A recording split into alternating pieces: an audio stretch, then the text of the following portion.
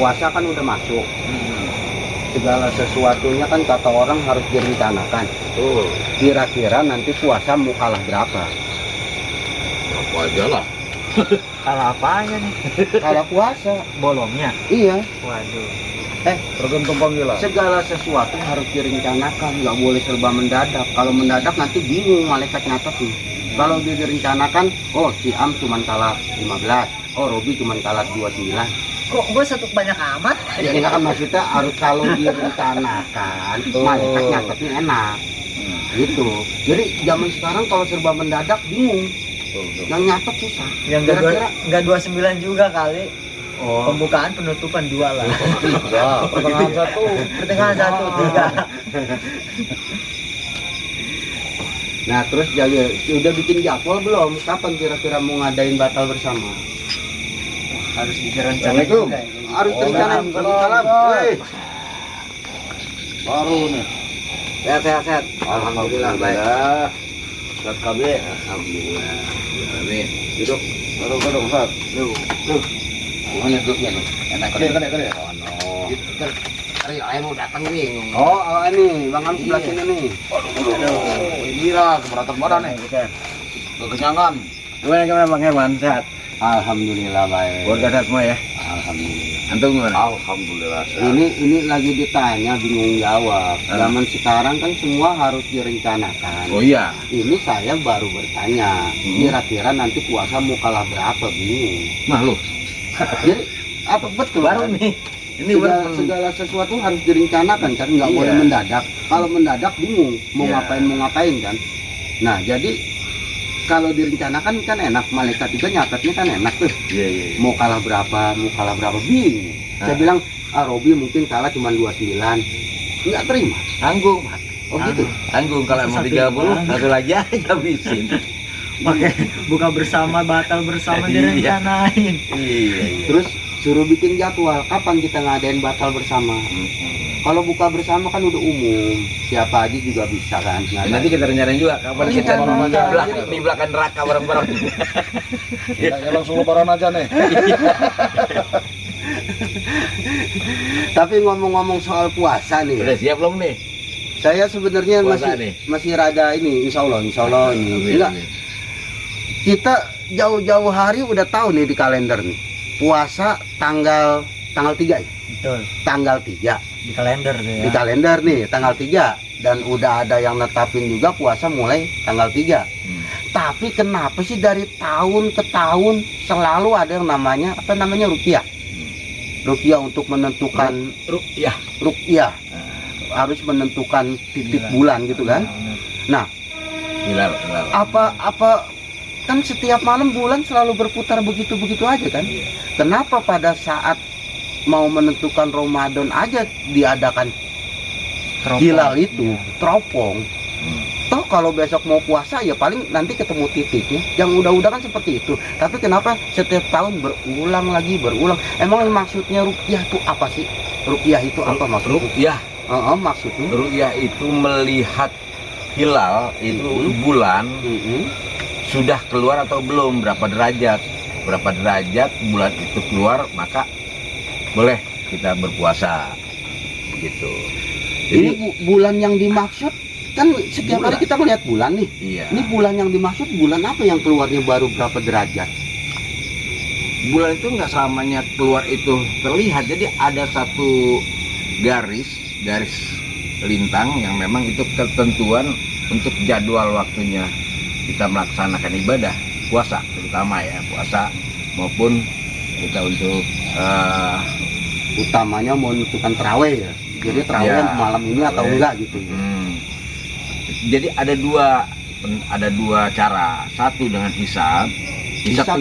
hitungan. Di Muhammadiyah juga ada pelajaran hisab. Di NU ada. Emang kadang-kadang orang suka salah pemahaman. Wah, Muhammadiyah udah ini, kok NU belum? NU udah ini kok ini belum. Bukan masalah NU Muhammadiyahnya. Ada yang dengan mengikuti jadwal hisab dengan hitungan. Nah, siapa yang mempelajari itu dan dia harus meyakini itu. Kalau hitungannya itu besok puasa, harus puasa gitu. Nah, ada dengan cara ru'yah. Ru'yah itu melihat bulan, keluarnya bulan, hanya menggunakan alat teropong di tempat-tempat tertentu. Nah, kalau pemerintah menentukan itu tidak bisa dengan hisab, harus dengan ru'yah. Nah, kalau di teropong nggak terlihat juga bulan karena cuacanya gelap, mendung, maka merujuk kepada hisab. Atau dibulatkan menjadi 30. Misalkan hisab jatuhnya 29. Tapi di hisab ini masih ada keraguan, hanya sekian derajat gitu kan. Nah, pemerintah untuk mengumumkan kepada semua masyarakat itu harus lihat ru'yah. Ru'yah nggak kelihatan juga, maka dibulatkan 30. Nah, kadang-kadang perbedaannya itu di situ. Gitu. Batas untuk melihat bulan itu sampai jam berapa? Dari mulai jam 4 ya, 4 mulai sore jam 4 sore Aha. nah, sampai maghrib. sampai maghrib.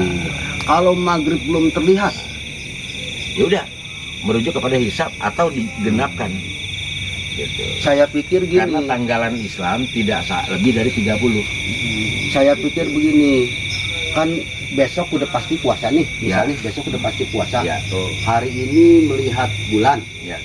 Jadi melihat bulan ini sudah terlihat atau belum, cuma buat menentukan malam ini terawih atau enggak. Iya. Kalau kita merujuk keadaan, Iya. besok pasti puasa. Nah, kalau malam ini belum terawih, berarti besok belum puasa dong.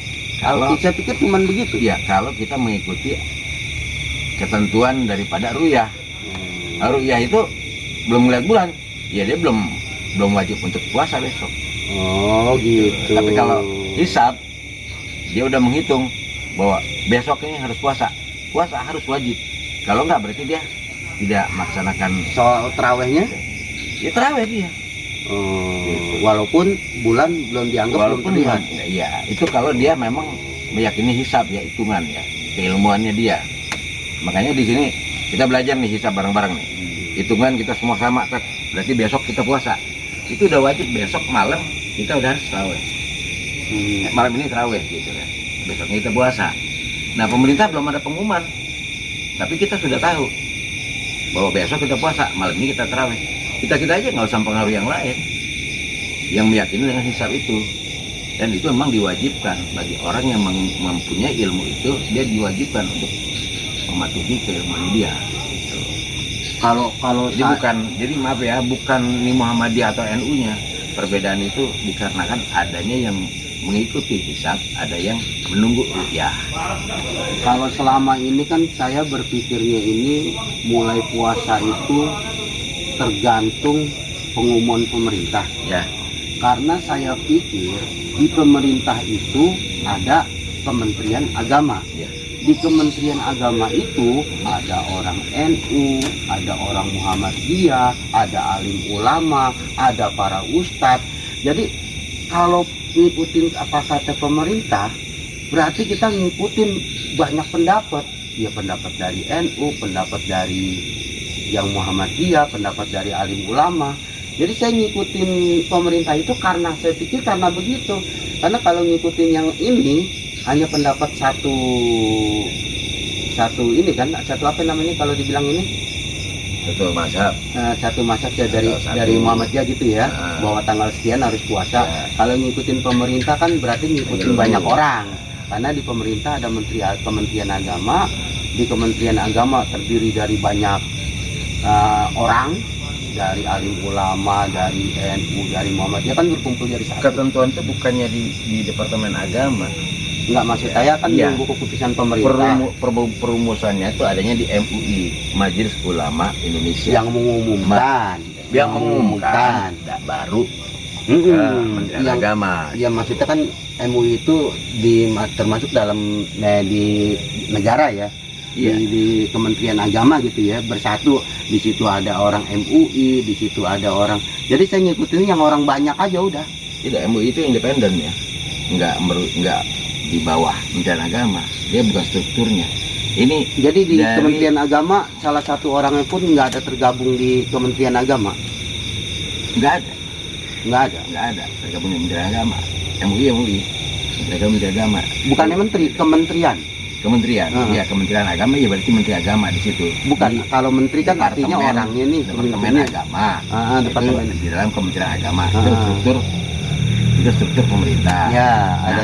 struktur dari MUI ini Majelis Ulama hasil musyawarah para ulama, perwakilan dari semua ormas yang ada, Mhm, pemahaman yang ada disatukan di MUI mhm. begitu. Nah dari sini udah kesepakatan baru dilempar ke Kementerian Agama dan kemudian baru diumumkan oleh beliau. Jadi bukan keputusan beliau. Memang bukan keputusan beliau, Hasil artinya musyawarah. keputusan dari Kementerian Agama. Di dalam Kementerian Agama itu ada alim ulama, ada kiai, ada orang NU, ada orang Muhammadiyah. Jadi kan ngikutin banyak orang. Bukan, kan kalau itu bukan ke situ. Kalau Oh, Kementerian bukan. Agama itu ada 5 agama itu, 6 agama di dalam Kementerian Agama. Islam, Kristen, Katolik, Protestan, bla bla bla sebagainya gitu kan, yang diakui itu di Kementerian Agama. Nah, khusus untuk perumusan masalah Muhammadiyah itu adanya di Majelis Ulama Indonesia. Nah, di situ baru apa yang sampean katakan tadi, ada NU, ada Muhammadiyah, Persis, Iya, kemudian di dalam itu. MUI. Jadi khusus agama lain kan memang di bawah Kementerian Agama, tapi kan khusus agama Islam ada yang di MUI. ada segalanya tuh. MUI. Nah, Gitu. hasil rumus ini dilemparkan ke bagian bidang agama Islam di Kementerian Agama.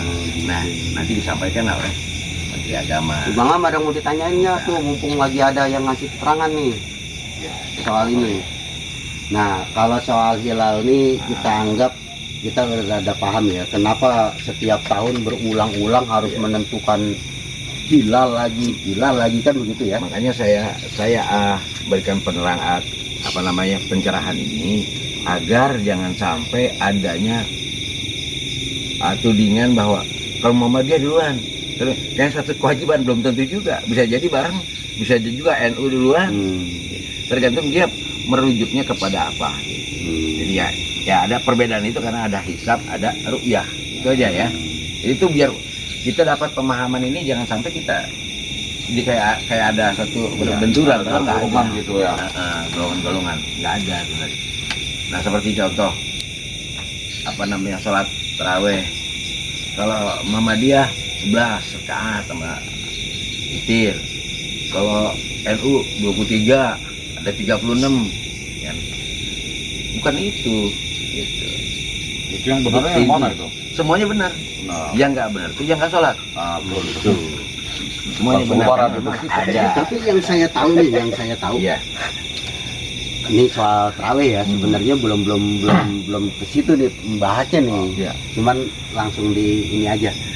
Kalau ada satu, kita bilang Muhammad aja nggak apa-apa ya. Itu kan 11 rakaat. Dan biasanya surat yang dibaca setelah Al-Fatihah itu surat yang rada panjang. Biasanya ngambil 11 karena itu udah termasuk witir. Nah, yang 23 itu ngambil surat setelah Al-Fatihah itu surat surat pendek yang dibaca. Itu kan selalu. Tergantung imamnya Pak. Tapi umumnya seperti itu. Ya, seperti Kalau yang 11 rakaat biasanya ngambil suratnya yang rada panjang. Tapi kalau yang 23 ngambil suratnya surat pendek dan umum. Itu aja yang dibaca dari awal sampai akhir. Nggak berubah. Nggak berubah. Kalau yang ini, nah kalau misalnya ada yang tetap ngambil 23, tapi surat yang dibaca setelah Al-Fatihah itu surat yang panjang, itu gimana? pada tipar. Makanya dibilang nggak ada. Aduh, kapok bos. Iya, pada tipar. Kelamaan. Jadi nggak ada aturan seperti itu. Itu tidak diatur. Oh, jadi itu bukan aturan baku. Bukan aturan baku. Ya. Jadi intinya 11 rakaat pertama kali Rasulullah laksanakan sholat tarawih itu memang 8 dan witirnya 3. Nah, jadi 11. Dijalankan oleh Rasulullah, akhirnya sahabat pada ikut. Dan setelah itu Rasulullah sholat di rumah, tidak di masjid. Dan jadi masjid melanjutkan sahabat. Nah, ternyata enak gitu. Enak, kita tingkatin lagi, ditambah lagi. Kenapa ditambah? Karena di bulan Ramadan itu semakin banyak kita melaksanakan ibadah, semakin besar pahalanya. Gitu. ditambah lagi, dan kemudian salah satu sahabat bertanya kepada Rasulullah, ya Rasulullah, apakah boleh sholat tarawih ini kalau kita tambahkan lagi? Oh silahkan. Jadi sebenarnya kalau bilang tarawih itu jamak dari roha ya ruhu tarawih, jamak, harusnya lebih banyak. Ya kalau saya ngikutin sholat yang sholat tarawih yang 23 rakaat, asal bacanya udah tabat ya ada udah aman terakhir. Cepet ya. Karena apa? Dari dulu sampai sekarang bacanya ya itu suratnya. Oh ini Enggak pesantren pernah ganti-ganti. tertentu ya, sholat sampai istilahnya 33 rakaat, 33 rakaat. Suratnya panjang-panjang. Karena apa? Mengejar khatam selama 30 hari itu, biar khatam. Nah, 30 juz. Salah satu kawan kita tuh pernah ngikutin tuh di siapa? Tommy. Cuman 2 malam dia tinggal di rumah temennya, melaksanakan itu keluarga aja dia. Besoknya pulang nih, gak sanggup. Gak sanggup dia. Saya sambung lagi nih soal khatam Quran ini. Ya. Kebanyakan orang kita nih kalau udah baca misalnya Iqra, asal udah Iqra 1 sampai Iqra 6 itu bilangnya wah udah khatam nih, khatam. Sebenarnya dalam pengertian yang sebenarnya itu khatam itu artinya apa sih? Khatam itu dari kata tamat. Tamat. Khatam Tamat.